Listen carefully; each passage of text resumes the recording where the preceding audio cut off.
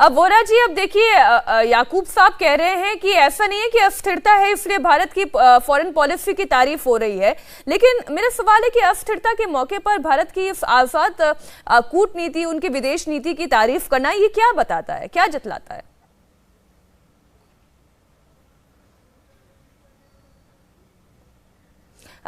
वोरा जी, आपकी आवाज हम नहीं सुन पा रहे हैं, आप एक बार ऑडियो अनम्यूट कर लें।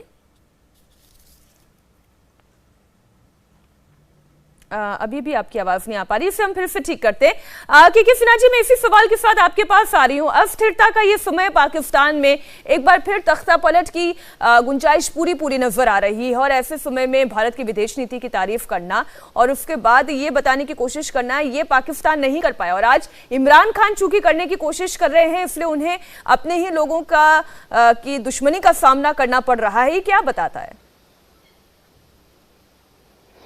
देखिए मीनाक्षी, जो आज पूरा का पूरा नया पाकिस्तान, जो रियासत मदीना है, जो नैरेटिव लेकर आए थे इमरान खान साहब, वो पूरा का पूरा आज बदलते हुए खड़े हो गए हैं। क्योंकि उनको ये पता है कि उनको बता दिया गया है कि आप 48 आवर्स के बाद, ओआईसी मीटिंग के बाद आप घर चले जाइए, आप रिजाइन कर जाएंगे। देखिए, वहाँ की विदेश नीति जो होती है, यह माना जाता है कि वो पूरा का पूरा वहाँ की आर्मी और आईएसआई से सुनियोजित है। इमरान खान जब आए थे, आप 4 साल पहले जब ये सत्ता में आए थे, उस समय भी बड़ी बड़ी बातें की थी उन्होंने, और वो बड़ी बड़ी बातों का उन्होंने किया भी।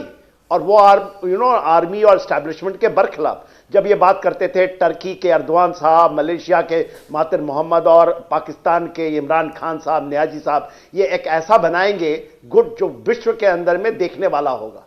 इन्होंने ट्राई किया, फिर लाते पड़ी इनको सऊदी अरेबिया से, सब जगह से लाते पड़ी, फिर ये रास्ते पे आ गए।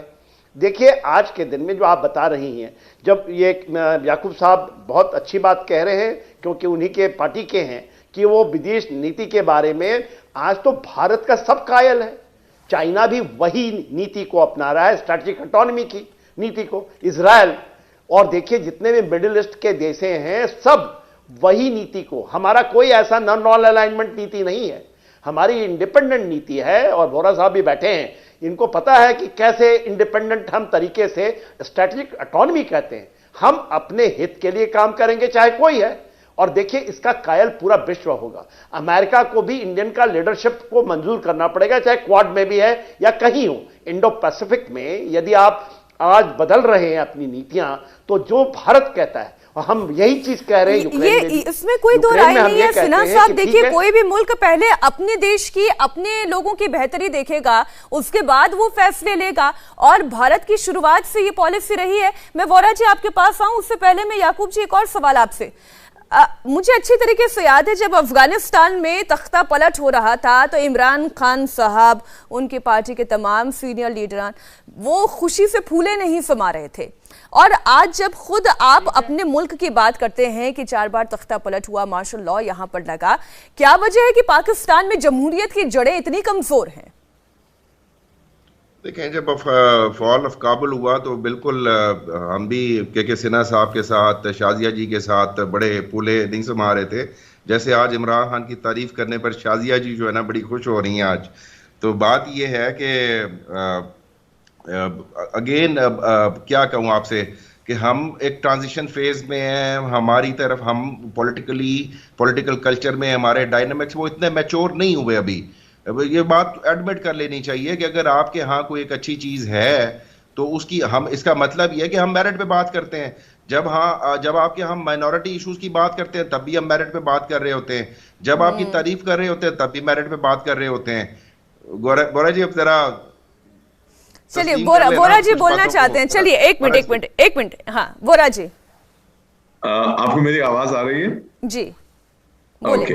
मैं एक सबसे पहले तो आभारी हूं कि आपने मौका दिया है मेरे फेवरेट चैनल पर शरीक होने का। मैं न्यूयॉर्क में बैठा हुआ हूं मैम इस समय, जहां पर सुबह के 7:40 हुए हैं। बहुत ठंड है, अभी तक तो रजाई ओढ़ी हुई थी, लेकिन आपके चैनल पर आया हूं तो उतार दिया उसको, तो मफलर पहन लिया। अगर बात करते करते मैं सो जाऊं, मुझे जगा दीजिएगा। आपको सोने का मौका नहीं मिलेगा, क्योंकि ये चर्चा जो है बड़ी दिलचस्प रहेगी। चले बोले।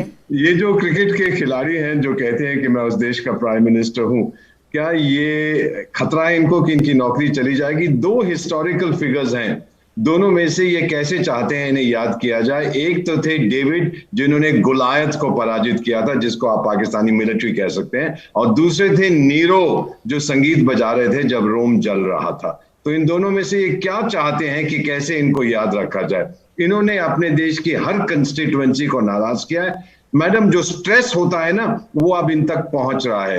कहां हमको गालियां देते थे, हमारी विदेश नीति को गालियां देते थे, अब कह रहे हैं बड़ी अच्छी बात है। और जब ये बोल रहे थे तो इन्होंने गुच्ची की सनग्लासेस पहनी हुई थी, ऐसी जैसे मैंने अभी पहनी है। ये बहुत महंगी है, मेरी नहीं है, मेरे बेटे की है। न्यूयॉर्क में तो मैंने कुछ देर के लिए पहन ली थी, उनसे उधार ले ली थी। अब आपको इतना एक चीज और बता देता हूं कि मेरे जो डॉक्टर फ्रेंड्स हैं यहाँ पर, सुबह हम लोग वॉक के लिए जाते हैं, इसको ये कहते हैं, जो इन्होंने अभी दर्शाया है, मैनिक सुइसाइडल डिप्रेशन। वो कहते हैं कि ये समय डिप्रेशन में है, क्योंकि जहां जाते हैं ये इस्लाम का नाम लेते हैं, मुल्ला से ज्यादा मुल्ला बनना चाहते हैं, पाकिस्तान का मतलब क्या, ला इलाहा इल्लल्लाह, प्रॉफिट साहब का नाम लेते हैं हर जगह पर। रियलिटी ये है कि इनको मालूम नहीं ये क्या चाहते हैं। पश्चिमी एम्बेसडर्स को गाली देते हैं कि हम आपके नौकर नहीं, उनकी फौज बड़ी नाराज हो जाती है। फौज से कहते हैं जब तक मैं सत्ता में हूं तो पाकिस्तान ठीक है, अगर मैं सड़क पे आ गया तो मैं बहुत खतरनाक हो जाऊंगा। This is not the sign of a mature balanced person. इस तरह की धमकियां देना लोगों को ये सही नहीं है, खासतौर से फौज से। मैं क्षमा चाहता हूं जो पाकिस्तान के हमारे मेहमान यहाँ पर हैं।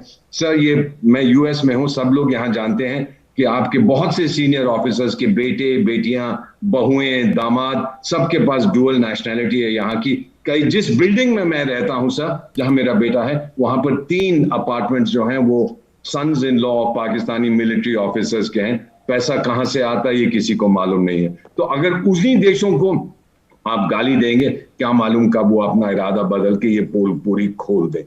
अब मैं आखिरी में ये कहना चाहता हूं, एक बार उन्होंने मीडिया इंटरव्यू में कहा था कि हम इतने अकेले हैं, केवल चाइना हमारा दोस्त है जो हमेशा हमारे साथ रहा है। ये भी अब चाइना कह रहा है कि भाई मेरे पैसे वापस लाओ। ये कब तक चलता रहेगा this kind of lack of maturity? ये आप खुद इसका अनुमान लगा लीजिए। मैं क्षमा चाहता हूं। इंडिया टीवी हर वक्त हर जगह डाउनलोड करने के लिए सर्च करें India TV news Google play store या ऐप स्टोर पर।